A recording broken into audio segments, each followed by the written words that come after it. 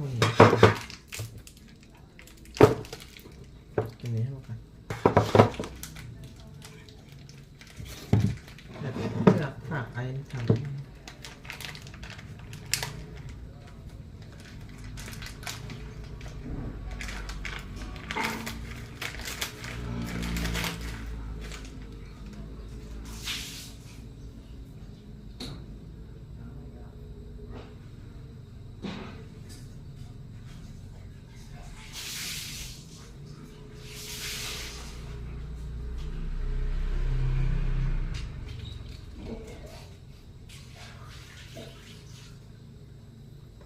Hello everyone, nice to meet you. Okay, time to eat.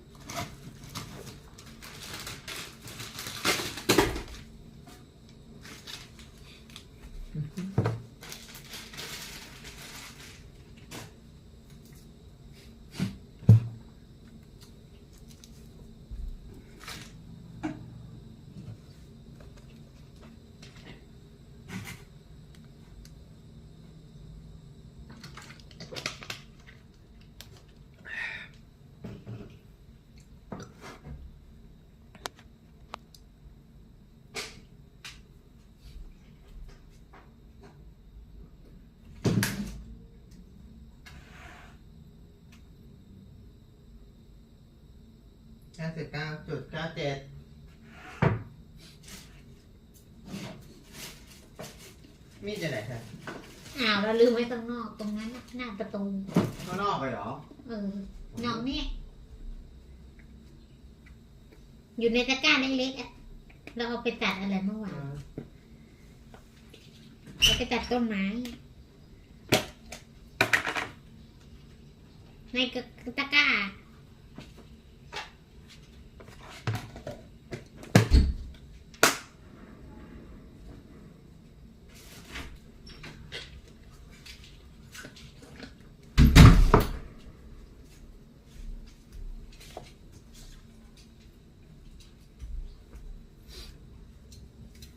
Hello.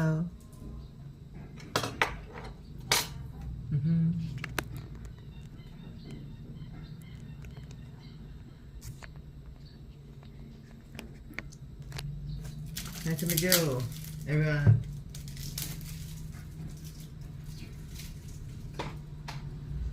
Okay. Make my nutty pudding.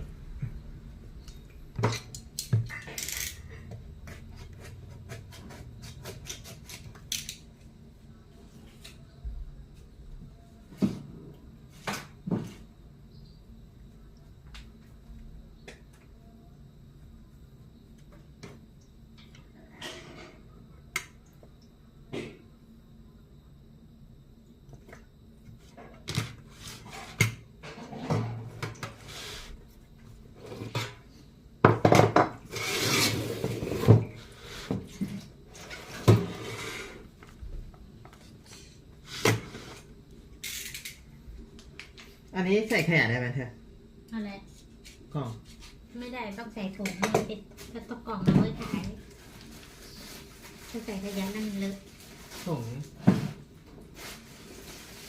ได้หมดแล้วมีถุง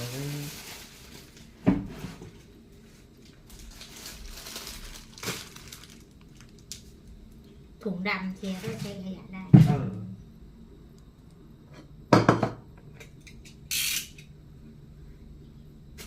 เอาเวทเนี่ย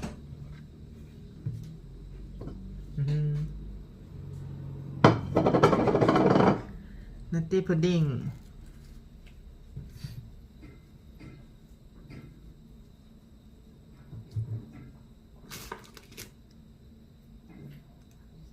ไมโครเฟนเมคมาล่า I'm eating the same menu my nutty pudding and super veggie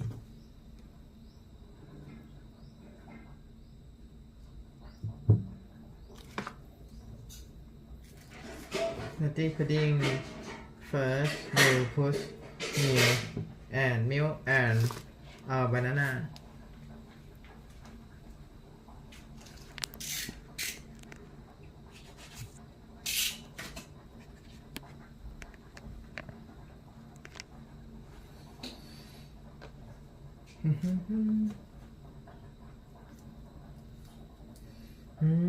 time to eat delicious first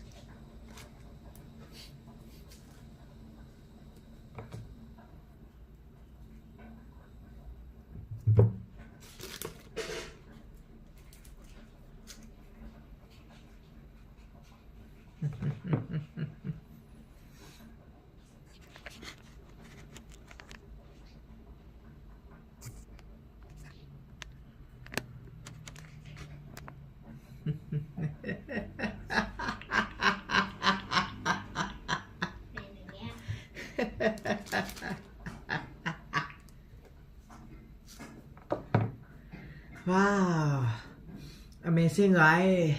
Conform all my set, everyone. Yeah.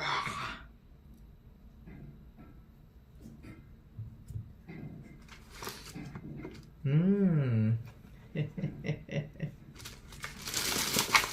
have a lot of banana.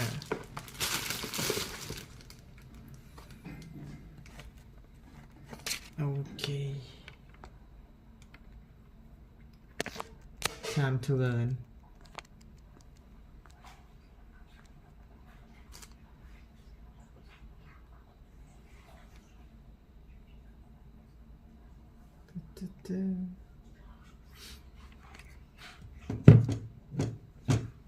Nice to meet you, everyone.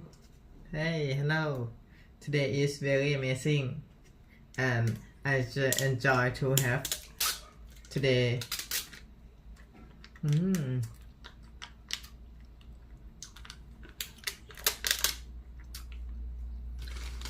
I diet 13, 14, 15, 16, 17, 30 hour. I time to my diet 13 no 17 30 hour minute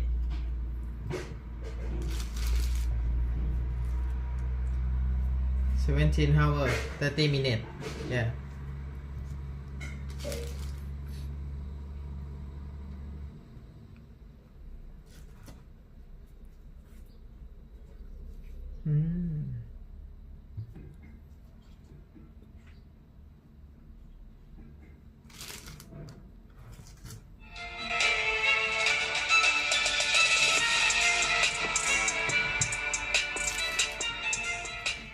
Everybody, welcome to the What is Money Show. I am thrilled to have you here joining me on my mission to help shine light on the corruption of money. Now, a little bit about this show and how it makes money. We are 100% sponsor-based, which means that all the revenues we derive come from sponsorships. But I try to be very selective about the sponsors that I work with, specifically trying to choose those who have values well aligned to the values expressed in the show, like freedom, education, self-sovereignty, etc. So what I'm going to do is a few ad reads right here at the top of the show, and then a few ad reads in the middle. And I hope you won't skip them on the Bitcoin mission. They even have a zero tolerance policy for all shitcoin. Recently, their CEO, Corey Clipston, was instrumental in calling out many of these crypto scams right before they collapsed, saving a lot of people a lot of money in the process. Swan Private focuses on guiding high net worth individuals and businesses on all aspects of Bitcoin strategy, including buying, custodying, and market research. Pineapple and This concierge service watermelon. provides you direct access to a private advisor by text, phone, or email. A lot So of go to healthy food swanprivate.com/breedlove today to sign up. library pumpkin and egg Lemon lentil lets you do more with broccoli your digital ginger assets. For instance, Lemon offers a shiitake, feats loan product that lets you mushroom. leverage your existing Bitcoin to buy even more Bitcoin. Oh, Or you It is can also papaya get salad. traditional Papaya Bitcoin salad. collateralized US dollar loans through Lemon as well. Ledin also offers both Bitcoin and USDC denominated savings accounts, letting you generate yield on digital assets. Recently, Ledin has launched a Bitcoin mortgage product as well It is that lets you almond use and Bitcoin to buy a home or finance macadamia. one, which Oh, one you own. almond walnut. So go to ledin.io, that's LEDN.io today to sign up. I'm releasing this in late 2020 on both YouTube and the podcast feed. I think the total content comes to about 25 hours across the 17 episodes. And today, and more recently, we released a book, which is basically a transcript of our conversation with some summary bullet point. And as you've learned by watching the show, Bitcoin is the single most important asset you can own in the 21st century. And one of the most important companies in Bitcoin today is NYDIG. NYDIG's mission is to facilitate financial security for all. They accomplish this by bringing a high level of professionalization and sophistication to the Bitcoin marketplace. As a true game changer in the industry, NYDIG is safely unlocking the power of Bitcoin for forward-thinking individuals and institutions alike. By using NYDIG, you will gain access to an end-to-end institutional-grade platform, providing Bitcoin OTC transactions, Bitcoin collateralized borrowing, secure custody, asset management. Oh, right, the spherical world.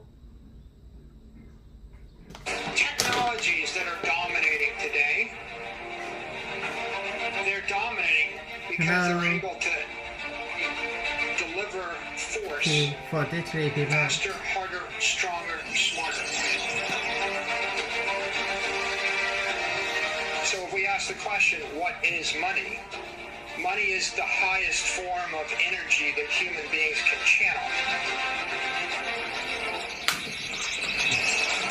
Bitcoin is channeling human ingenuity into making it better. And every commodity is channeling human energy into making it worse. The lowbrow or the historic colloquial term is hodl, right? Hold on for dear life or just hodl or save, whatever. And the highbrow term would be adopt as a treasury reserve asset.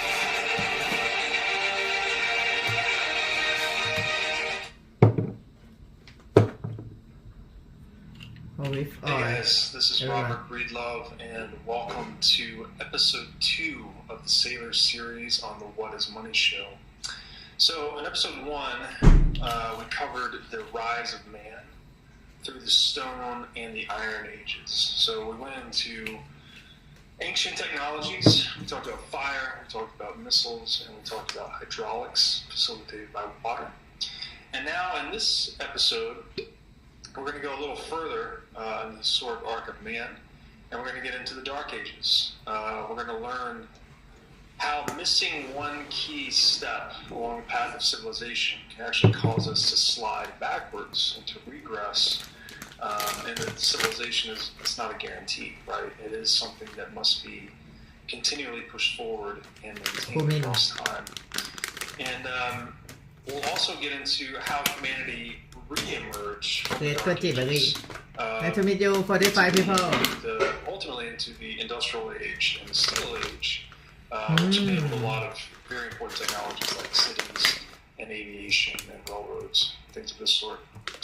So we're going to touch on, again, the the benefits that are offered by standardization and also the benefits of protocol, similar to the ones we talked about in ancient Roman times earlier, and how the economic benefits of these standardizations to one language or one protocol actually accrete to civilization. So these cost efficiencies accrete to us in the form of being able to satisfy wants faster, cheaper, and better. And that's actually the force that drives civilization and increases both economic and network density for mankind.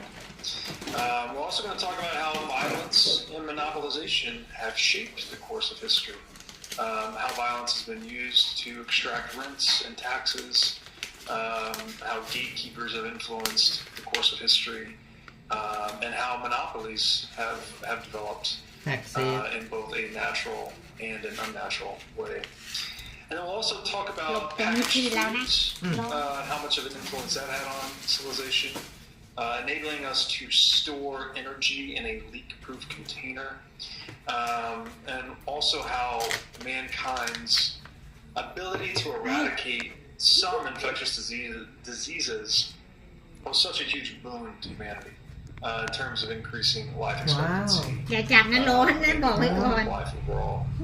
And again, the general aim of this is to construct a solid intellectual foundation on which to understand the profound impact that we believe Bitcoin will have on the world.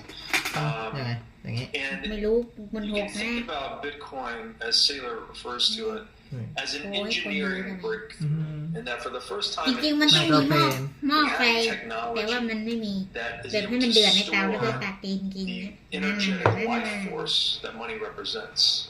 Again, we can think of money as a claim on all other sources of energy in the world, right? Whether it's capital, chemical energy, kinetic energy, food energy, all these types of energy. Money acts as a kind of meta energy. And we've never had a monetary technology that was totally leak-proof and that it did not lose value over time. So hopefully by drawing analogies to these very important innovations across history, we'll start to have an emerging realization of the real importance and significance of Bitcoin. So with that, let's jump into episode 2, and at the end of this, I'll do a little outro to hopefully synthesize some of these ideas. All right? Thanks. We have the rise of man through the Stone Age, and it took quite a long time, but we got here. That's impressive. We have the Roman rise, and we saw a sophisticated society mastering energy networks, logistics networks, advanced tools, political processes in order to dominate their sphere of influence. By the age of the Antonines, around Trajan, Hadrian, Marcus Aurelius, there's like 100 years. It's a golden age of Rome. And that's like 90 AD to 180 AD. The average life expectancy of a Roman is 72. And so if you've got baths, you've got writing, you've got civilization, you've got sanitation, you've got aqueducts, you've got roads. They've got stuff pretty well organized and sophisticated machines. And then, of course, we take a hard left turn into the Dark Ages, and stuff just starts to break down. And it's a reminder that that nothing is certain. If you miss a key insight, you could waste 1,000 years. And stuff could have happened a different way. It didn't. For example, let's take the printing press. The Chinese developed printing presses way back 2,000 years ago. They never really thought to commercialize them. And the Chinese alphabet is a pictographic alphabet, so you wouldn't need 25,000 different type pieces in order to have like movable type in a printing press. And so they had the wrong language to develop printing presses. The Romans had the Roman alphabet, which is an ideal language because you could actually print anything with just like 26 or 50 pieces of movable type. And they had all the knowledge, but for some reason, they just anybody could have figured it out, Robert. Like, all you got to do is walk in your boots through the mud and step on a nice floor and look down. And there's the idea for a printing press. Tracks in the mud. ได้ เดี๋ยวมัน Right? นี่ They had paint. จะถ่ายคลิปเหรอ นี่ทุกคน อืม โหยเส้น กินหม่าล่าอันนี้เป็นผัก อืม ชิดกุ้ง นี่ น้ำจิ้มอะไรน้ำจิ้มถั่ว กินบ้าง ชิมก่อน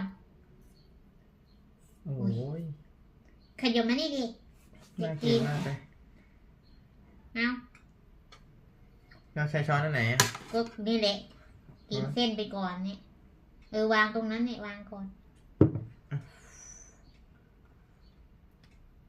เอาก้มมา เหรอ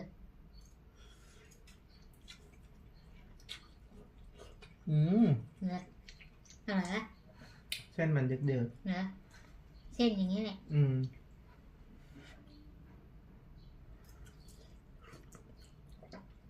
น้ำเธอใส่เยอะไปปะ นี่ไงก็มีน้ำจิ้มให้จิ้ม นี่น้ำจิ้มเหรอ น้ำจิ้มถั่ว น้ำจิ้มเห็ด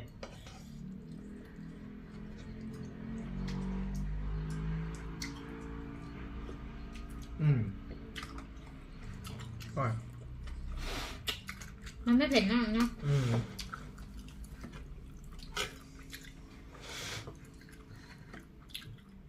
ก้อนนี้จานอะไรอ่ะ จานเรานี่แหละมาลองกิน ไม่ลองแล้วเหรอลองปะ ก็ลอง เสร็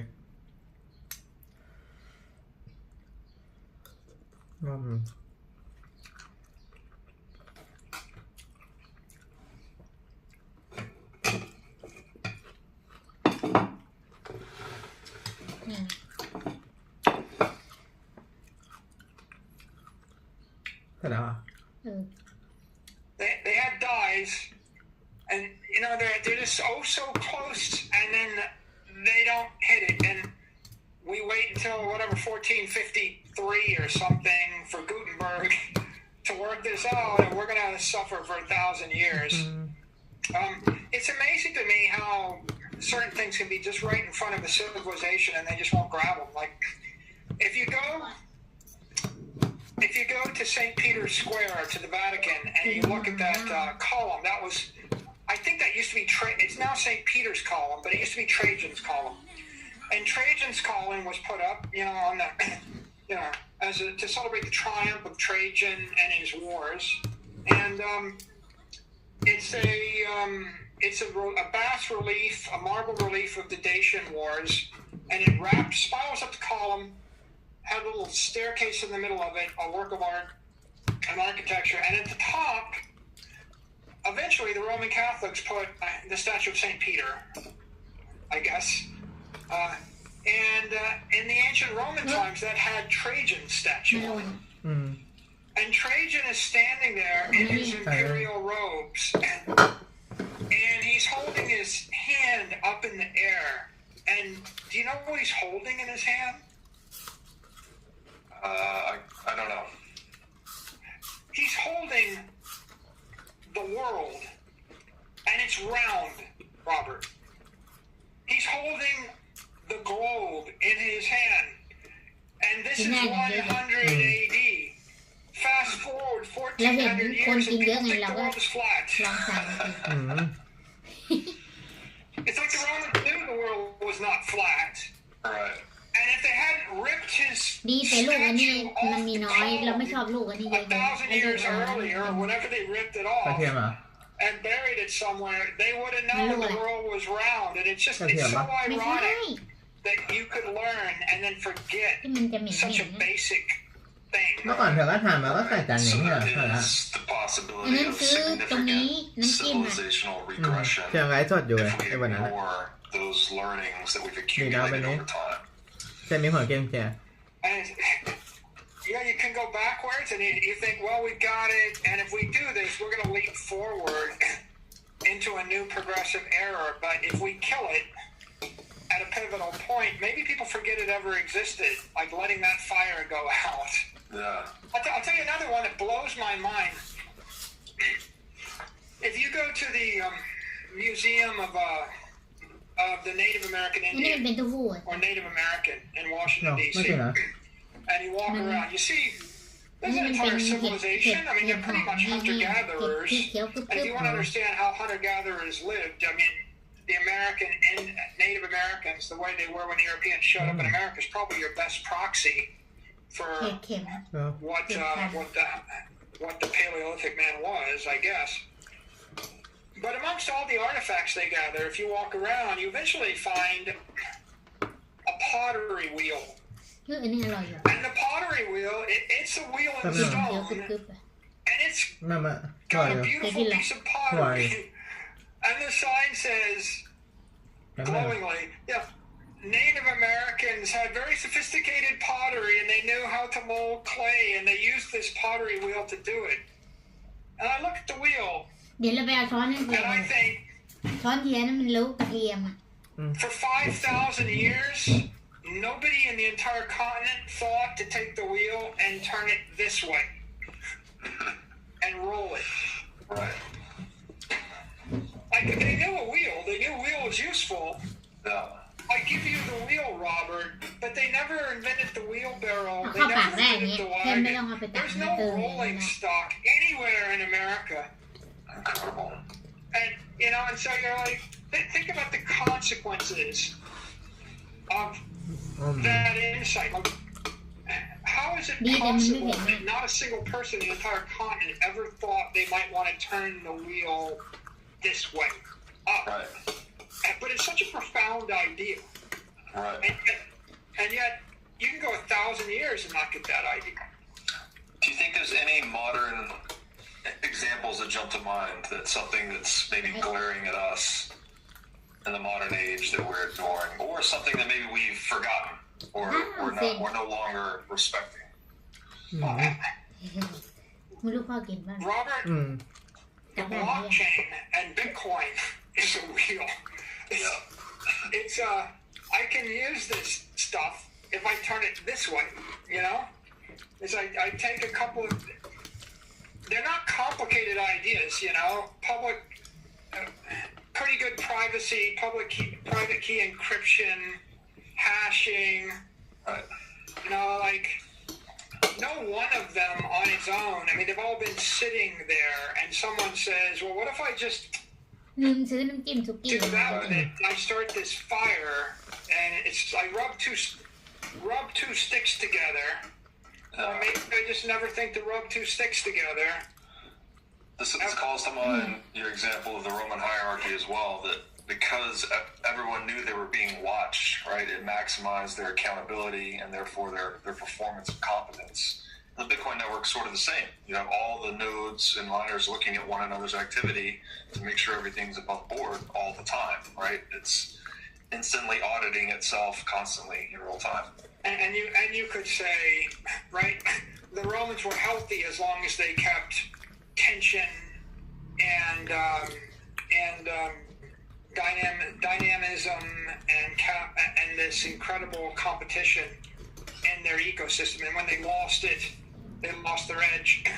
And then, you know, when you look at the classic guns, germs, and steel type narratives, like the Europeans, they got hardened and tougher because they were always fighting with each other, and living with your animals made you tougher, and having people come through from Asia made you tougher, and you know, and as soon as you try to insulate yourself from those stressors, Right. then your civilization forgets how to do things, or never figures it out.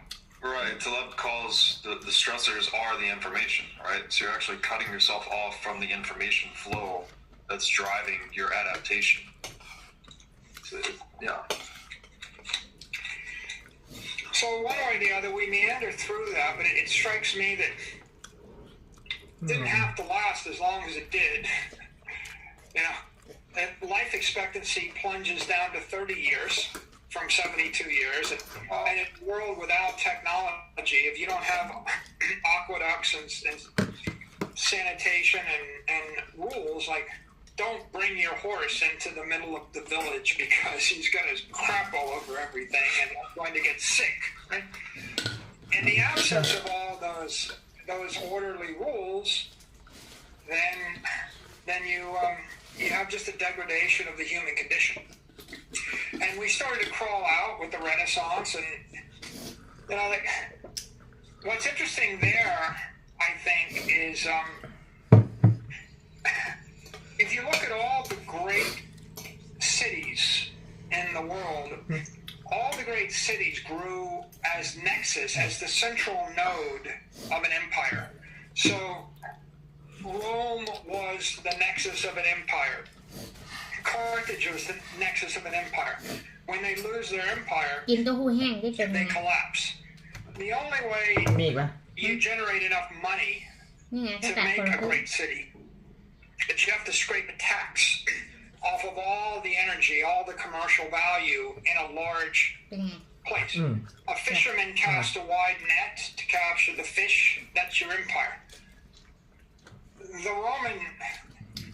The Roman shtick มันก็ was, เต้าหู้อะนะ pay us 10% when it comes into Rome and 10% when it goes into the next port, or we'll take 20% of the value added, or maybe 30%, or whatever we're going to take, right?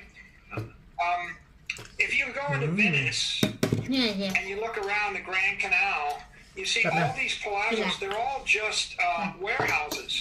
I bring a ship into Venice, I offload my cargo, and then it goes out the back and it gets barged up and down the canal, and it gets transshipped to a new ship. อัน In นี้มัน that world, คน each กิน ship มังคาเม ran ล่า its กินได้ route. ส่วนมาก Venice มัน to จะเป็นถั่ว Alexandria ส่วน was ผสม one Oh, trade what did route. it? Venice to Rome is another trade route. Venice to Istanbul is another trade route. You're at the มันไม่ค่อยมี nexus. เนื้อสัตว์อะ You're running these shipping networks. And of course, you got to bribe the guy in Istanbul, or maybe your son marries his daughter, and that's how you get to come in and out of Istanbul without getting murdered or getting your stuff stolen. And eventually, all the families in Venice intermarry. Like, I know you, you're my second cousin. That's how we don't cheat each other. And there's no way. You can't solve the traveling salesman problem. There's no way I can take a ship from Istanbul to Alexandria to Venice to Rome, to Ibiza or wherever I would go, right? Barcelona. Because I would basically get overtaxed or extorted in each port unless I actually was, friendly, right? Right. So the way that works is you have a hub and spoke system, and there's always one central city, and there's always one set of families or companies, and they intermarry, and they trust each other, and they just agree, I'm going to buy wheat for a nickel or for a dime in Alexandria. I'm going to bring it to Venice, and I'm going to sell it to you for 50 cents. ป้าเขาแล้วมาแล้ว You're going to take it to Barcelona and sell it for $1. And you're going to pay a nickel in tax to the guy on the other end. You're going to get your 45 cents. I'm going to get my 45 cents. Those guys paid $1. These guys got paid a nickel. We can play with what's the markup, right? It might be I buy it for $0.25, sell it for 50, and you sell it for 75 to the dude that sells it for $1. But invariably, it's the people at the center of the network that are actually getting 10, 20, 30, 50% of all the commerce, which is all the energy. Now, and what's the definition of a smuggler or a pirate?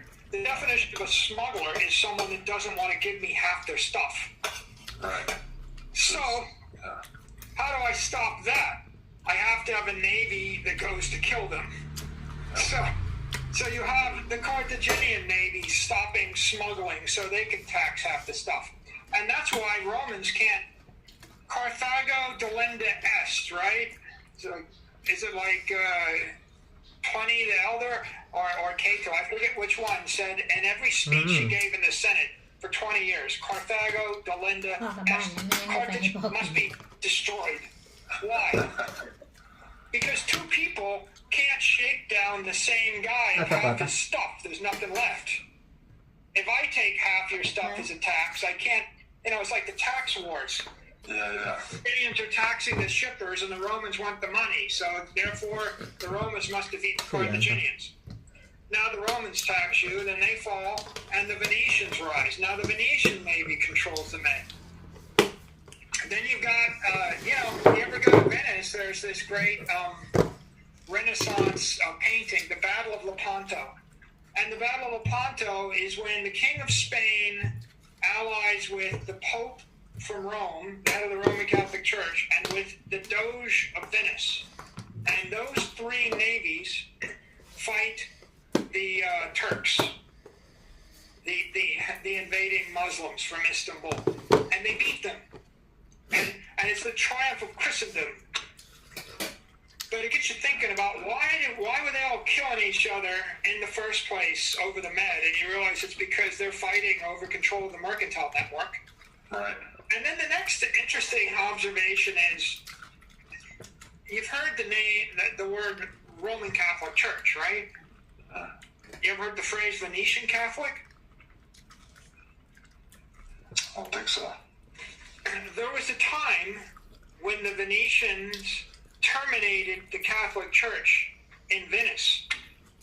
The Catholic Church in the entire Venetian Empire didn't terminate with the Pope in Rome. It terminated with the Doge in Venice. And so that means all tithes, right, all due goes to Venice and stops. You can't have an empire unless the person at the top of the empire is also in control of the religion. Because if you don't control the religion, then someone else takes half your money. You see, it's all about energy flow, and the energy is flowing. By the way, the Pontifex Maximus originally refers to the Roman consul, to the head of Rome, right? Augustus Caesar was the Pontifex Maximus. So the Romans had it. Eventually, the high priest. Right.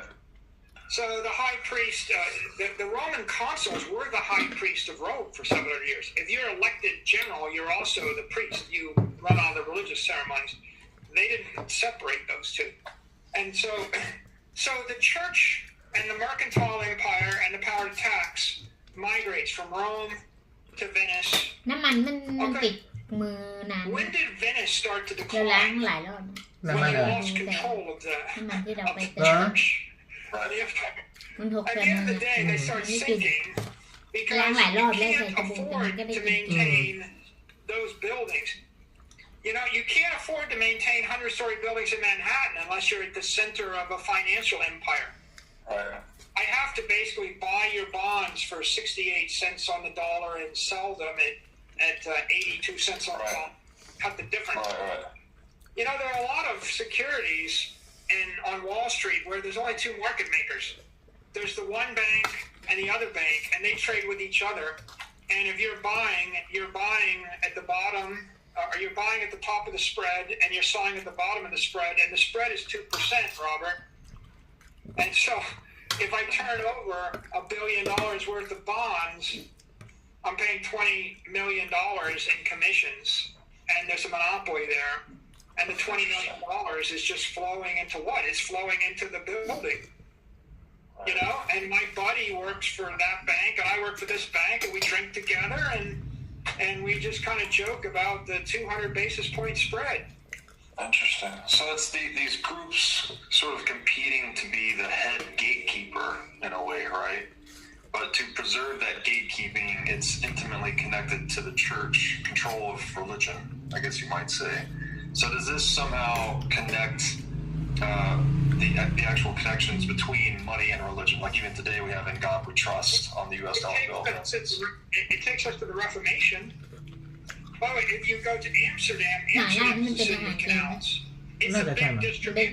If you've ever seen a distribution เออ center, มันเหมือนในกลิ่นพวกมาม่าที่เรากินมาม่าจีนในรสชาติ trucks come นะ in one side. It goes through a very complicated นั่นน่าจะอาหารจีน conveyors อ่ะ and it ส่วน goes ใหญ่ มัน out ไม่ the เผ็ด other มัน side. ชาปาก These trucks come from the manufacturers. Those trucks go to the stores or the locales, and this distribution ถ้าเผ็ด center มันต้องมาม่าโอเค a maze of conveyors.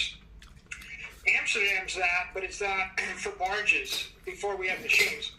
มันน่าจะสูตรจีนแต่ว่าคนไทยชอบกินก็เลยมาทำ That's what every great mercantile. That's what they did in every mercantile center. And when you get to Martin Luther's time, you realize one of the key drivers is there's no way that we can rise or elevate our civilization if we have to send all of our money to Rome. You see this struggle throughout medieval history. William the Conqueror had that struggle. You see the struggle of the Northern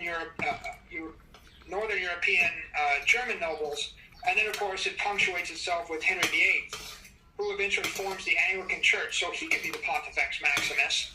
And if the church terminates with the King of England, they don't have to ship any money, down to Italy. Nor do they have to ask permission to change their alliances and get married and do what they will. It's useful to have God on your side. It's always been useful. And so that drives a lot of stuff throughout the Renaissance, and it drives you can say that Northern Europe broke off from the Roman Catholic Church for religious reasons, or you could say the Northern European powers that be created the religion for political reasons and economic reasons to break off from the Roman Catholic Church. But either way, it's kind of a triumph of history that everybody's forgotten that there used to be lots of. Why do they call it Roman Catholic if there weren't other Catholics? How many different branches of the Catholic Church do you think there were? Like 1,000. There could have been a lot. They just kind of coalesced over time. But here's the general principle. Everywhere on earth where you see a big city, it was the center of an empire. Paris, London, Hong Kong, New York, Venice, Rome. Everywhere. And by the way, everywhere where you see a city that's fallen upon hard times, that's been destroyed, its empire lapsed. Carthage, Troy, right? You could name them on and on and on, right? Yeah. Venice had an empire, lost an empire. And that's because you can't physically create this kind of economic density. Right? You go to Paris and you look at the Cathedral of Notre Dame and you look at how much human effort went into creating Notre Dame. There are people that are selling postcards and bottled water in the shadow of Notre Dame Cathedral, making money off of tourists, where the guys inherited the concession from his father's father's father's father's father's father's father's father's father's father's father. And if you go back 10 generations, the concession was 700 years old. Okay, they're living off of the vestiges of an empire long past. Yeah. And now the question is, what are the empires of the future? Where did they form? And that takes us really to the Steel Age, the 19th century, the robber barons and the like, and you can see with shipping networks, those canals gave way to free ports and eventually gave way to container ships. And container ships totally remade everything, and they shifted power to Singapore and Hong Kong and companies like Maersk. And ultimately, it's a low energy, it's a componentized way to move things around. The most efficient way to move anything on Earth is modern containers. By the way, the biggest rage in technology and servers today is containerized software via Kubernetes and Docker, which is the same principle as put all your stuff in a container ship, and the container goes onto a ship they've got standard loading facilities into a port. They've got standard train cars and standard trucks. Everything นี่สูตรหมาล่า standardized. นี่ไปทำเป็นยา And ชา the cost and the transparency of that was cut maybe by an order of magnitude with that innovation. Right. Standardization once again. เฮ้ย So I have a question about the empires that we've discussed กินเม็ดๆน่ะ เหมือนไอ้วันนั้นอ่ะ Ostensibly, the purpose of an empire like this is to มันเยอะอยู่ไง basically แต่ว่าเราไม่ preserve เคี้ยว the walls of the city, protect the peace, honor private property rights within that dominion, right? Enforce contract law, ensure that there's a non-violent means for dispute resolution, such that commerce can be conducted fluidly. And you mentioned the empires of the future. This is something I think about a lot, is that we've always needed this monopolist on violence to sort of honor private property rights within their jurisdiction. But another really interesting aspect of Bitcoin is that it's the first private property right that is agnostic of government completely, right? You don't need government to enforce your right to your private keys. It's like holding physical gold or any other bearer instrument. So I wonder how much that plays into the relevance of an empire in the historical sense kind of going into the future. Well, I guess, traditional empires are producing security. The number one export of the United States is security. Like literally, I can live in Miami Beach and I don't worry about someone shooting me across, the intercoastal waterway. And if I was in certain other parts of the world, I'd have to be surrounded by 100 bodyguards, right? So security. They have that saying about Genghis Khan. They said when the Mongols controlled all of Asia, a virgin could have ridden from one end of the empire to the other with a pot of gold on her head and not be molested. มันใช่หิว The Mongols weren't screwing around either. You intercept their mail.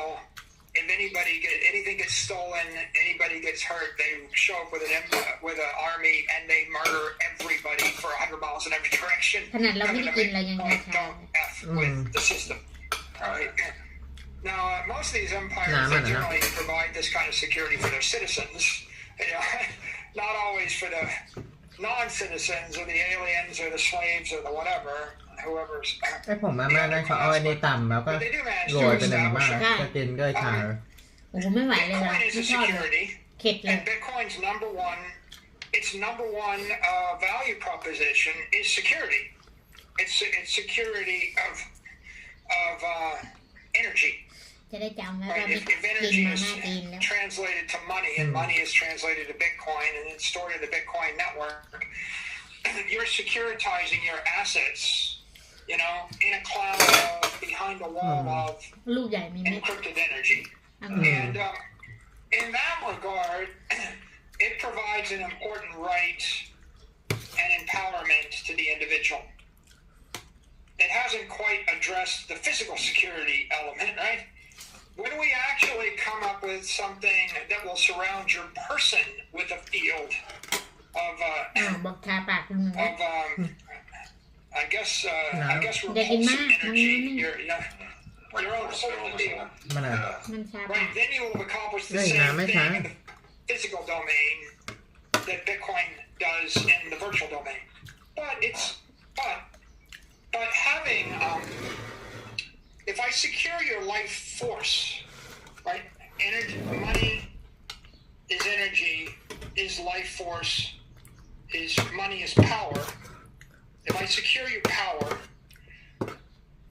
that can be converted into physical security, either by allowing you to travel away from the. We have the example, Nazi Germany in the 30s. All the Jews had their money locked up in Germany, and so the way the system worked is they operated as bankers, and they allowed people to launder their money out of Germany, and they would take a haircut, 10, 20, 30% initially, then 50%, then 70%, then 90%. until pretty soon there was like a 90% haircut to get your value out, and so consequently, people didn't want to leave, right? And so if you don't have your monetary power or your assets secured virtually, then your physical security is always at risk because you can't leave, nor can you protect yourself, right? You can't pay for anything to protect yourself, and you can't get out, or you can't pay to get out. You would think that probably one of the most useful or common, or not common, one of the compelling use cases of Bitcoin would be if I'm a refugee trying to flee a war zone. Because it's either that or gold. And the problem with gold is there's a lot of people with guns. They're going to take it from you. Yeah. And at least with Bitcoin, you could pay the guy with the gun half the money when you started and the other half when you got there. And the worst he can do is blow your head off, but he's not getting your money. Whereas if you got gold, he just blows your head off, takes the gold. Yeah. So yeah, I think it's second order beneficial to physical security in a lot of different ways. But it's first order beneficial to economic security. พอปล่อยจริงๆงัดไหมอ่ะน้องจะฟัดเอาหน่อย เอาก็ปกติเถอะหักเอง If we think about the steel age, these rail networks are another network to deliver energy faster, stronger, smarter, harder. Of course, at the nexus of every transportation hub, there's an economic center. So railheads, if a great city isn't a port, it's at the center of a railroad junction. And when you bring in, a lot of times, sometimes at the center of the railroad junction, you can tax all the trains. So if goods come from Spain into Paris and they're going to Germany, the French get to take tax right there in Paris. The railheads became a nexus. The other fascinating thing about the railroads is they became really instrumental to logistics movement of armies, and they drove economic and political power. And one interesting example is Winston Churchill, when he was like 25, he wrote a book called The River War before he was famous for anything. In fact, he was quite the adventurer. He went off to fight in the war in the Sudan under Kitchener. And the entire book is about the British working to win a war in the Sudan, and they had to take Khartoum, and it's like going 1,000 miles up the Nile, maybe 1,500 miles up the Nile, across desert. And why would they want to do it? It's a very interesting question. But here's the bottom line. The entire outcome of the war comes down to the question, can the British build a railroad to Khartoum? And if the British succeed in building a railroad, they win. And if they can't build a railroad, they can't provision the army, and they can't move their heavy equipment, and they lose the war. The entire war, it's called the River War, but it ought to be called the Railroad War.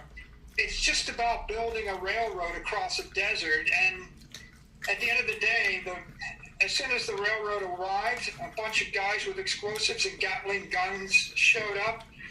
They, devastated everybody, and it was not a fair fight at all. Like Gatling guns versus guys with spears and musket loaders, and it's kind of very unpleasant. If you read it through the modern view, it doesn't necessarily leave you a good taste in your mouth, but it's a reminder that a lot of times the difference between winning and losing and living and dying is do you have railroads?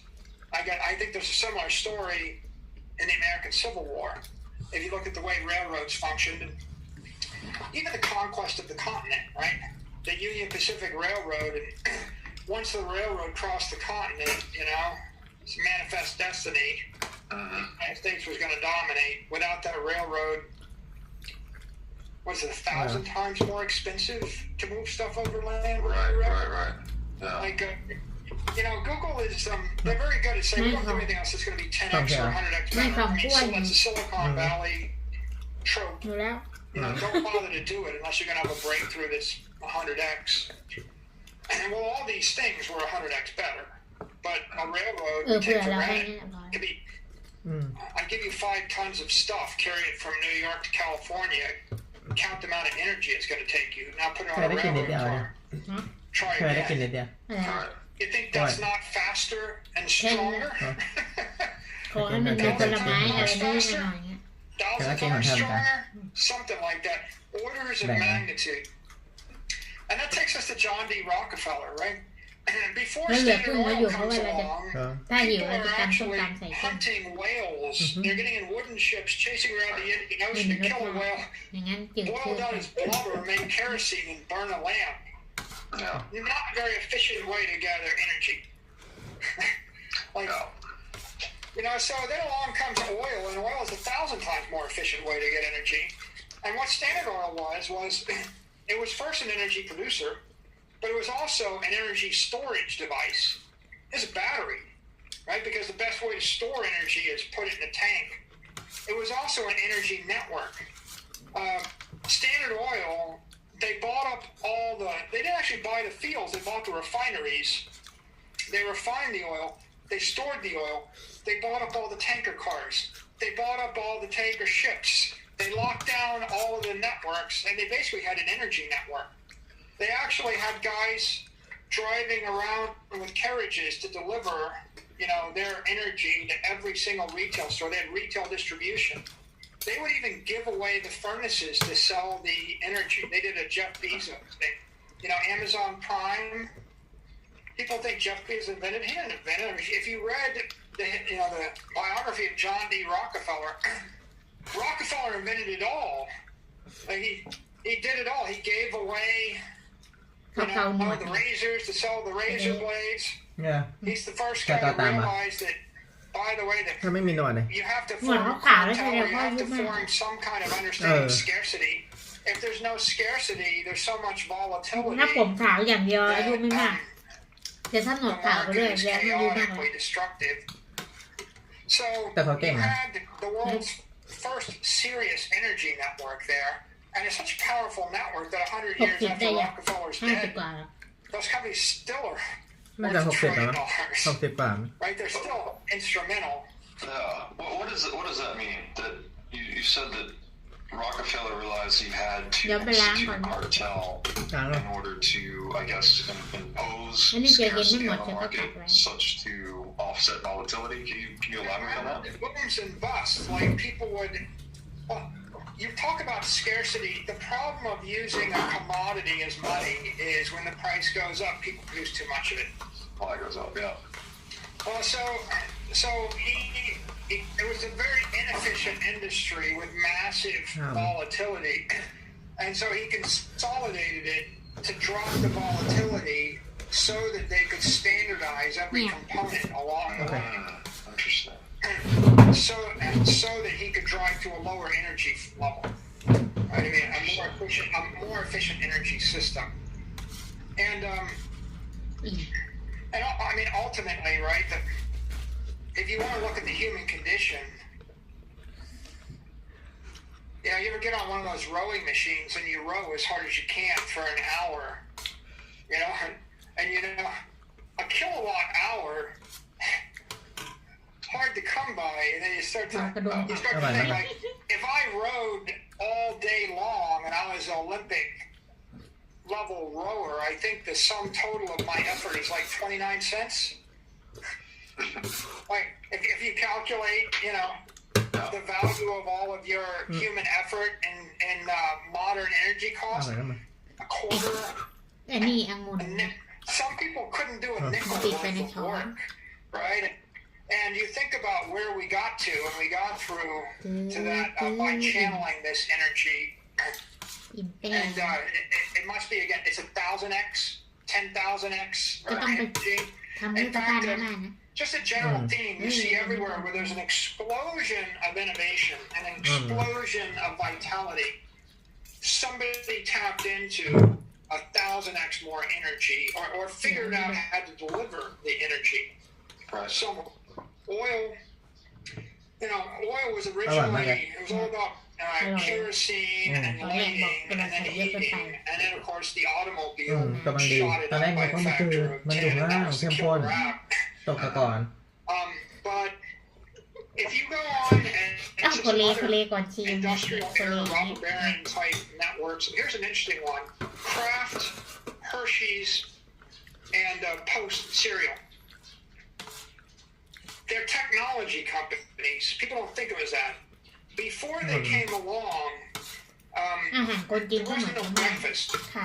ขาดน้ำมัน And ไม่ people ได้ didn't eat breakfast. เวลาทำเสร็จก็ต้องดู Kraft and น้ำมัน Post figured out how to box ผัก cornflakes ก็ใส่ and put น้ำมัน and what they did is they stabilized food energy อาหารพม่าเหรอ and put it in a container that didn't bleed the energy, that didn't leak energy. If I give you a bottle full of tomato sauce, เส้นเรากินหม I ด just แล้ว make it in my kitchen, and มี you ค put น it in มี your เส้นเท่าไหร่ refrigerator, มากใช่ it will spoil over some period of time. How much? Well, there's bacteria in it. The origin of branding, the Kraft brand, the Hershey's brand, the whatever brand, the origin of branding is I make it in a clean room, hermetically sealed. Everybody has to clean up, scrub down, sterilize, get the bacteria off. I have ตอน machines เช้าตื่นมา to load the can, to seal the can, ยังไม่หาย to หนาว seal เลย the bottle. เฮ้ย I stand ตอนนั้นก็บอกปีใหม่ตอนนั้นก็บอกว่า The number one value proposition, Robert, หัด wasn't ไปเรื่อย it's good ketchup. ที่ The ไหนได้ number ขี้ one, เกียจ or เอา it's good tomatoes or good soup or good whatever. The number one value Đừng có dạt tay proposition is em it's nha. not going to kill you. เนาะ Yeah. ไหนมีเท่าไหร่อะ You ever actually make some leftovers and leave it in your refrigerator for 2 months and eat เนื้ it? อ By the way, here's a better one.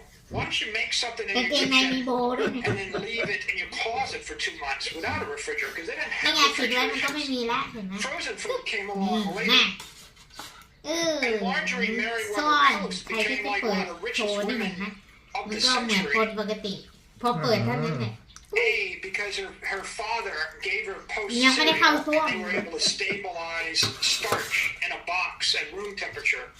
And then B, because she bought the first frozen food company, and she realized the ability to actually freeze food was going to be a game changer. อ้าวลืมล้างผักมันให้เสร็จ And before that, no one ever frozen food before. You think you're not technologists. อิ่มอ่ะ It's a food energy company. That's what energy storage technologies, right? I mean, you need energy in food form, nutritional form to not die, Yeah. right? And if I could store it, now it's like, it's very interesting here, right? Like, can I take electricity from Detroit and deliver it to you in San Francisco today? No. อันนี้ Can น่า I จะคอยเป็น deliver เวลาที่ไม่เห็น electricity เนี่ย from Detroit to Yeah. Grand Rapids, Michigan? Yes. When it gets to you, how long can you store it in your battery? เรามีเยอะแยะอย่างเงี้ย It bleeds 2% a month. You'll probably lose it all in a year. Can I ship food from Detroit to Grand Rapids? Yeah. When it gets there, how long can you store it in your cellar? A day? A week? Well, if the answer is 2 weeks, there's no national business there. There's no national brand. The answer needs to be 3 months or 6 months. Now there's a national brand. Now it matters. So these guys that were launching these businesses, they were really launching clean room manufacturing เข้าไปก่อนจะลองท plants เจ๊เข็ดแล้วก็ that เข็ดแล้ว captured energy or something of value. They were store of value, Robert. Store of value that would not decay or bleed due to bacterial infestation or spoilage. And because of that, the brand became important. Just like the standard brand was important. The kerosene's not going to explode. It's clean, right? Yeah. Is the gasoline clean? Is the ketchup clean? You go to Hershey's, Pennsylvania, they got a factory. It's a work of art. If you know, it's more complicated than most computer programs. They wrote a computer program in steel. It's like, don't F that up, right? There's no version 2 coming, write your program in an analog computer welded in steel that takes up a football field. That's what they did. And in one end goes like milk and eggs and, you know, and and out the other end comes like boxes of chocolate bars, 50,000 an hour. And it's not just they come out perfectly uniform. It's they come out without bacteria in them, and you can put them on a shelf, and they won't make your kids sick.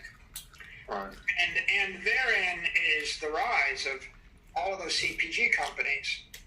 It's interesting. I love the perspective you have on all investment being an investment in technology, because that is what we are doing, right? We are making tools, protocols, technologies that basically improve our productivity, and that's how we advance. It's sort of layers of these innovations on top of one another, such that basically every business is a technology business. I think that's a very unique insight I had never heard before. And then I think the other thing is the interesting connection between this hyper sanitation, right? To really make sure there's no bacteria or anything that could cause harm to the user of energy, to the eater of the food. How the hyper sanitation is connected to the preservation of the food or the energy store, and it seems to somehow kind of mirror Bitcoin in a way that it's got a hyper sanitary ledger, right? There's never any errors in the blockchain whatsoever, such that it preserves its sanctity maximally across time. Like it's the best preservation technology of value because there's no detritus in it, I guess you should say.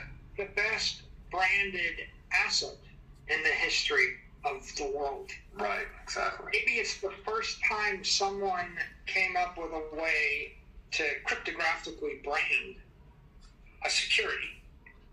Yeah. Which is an interesting idea. Yeah, now, with regard to businesses, I would say that all of the great businesses, the growth companies, Okay, everyone, see you. were all technology companies in their time. And eventually,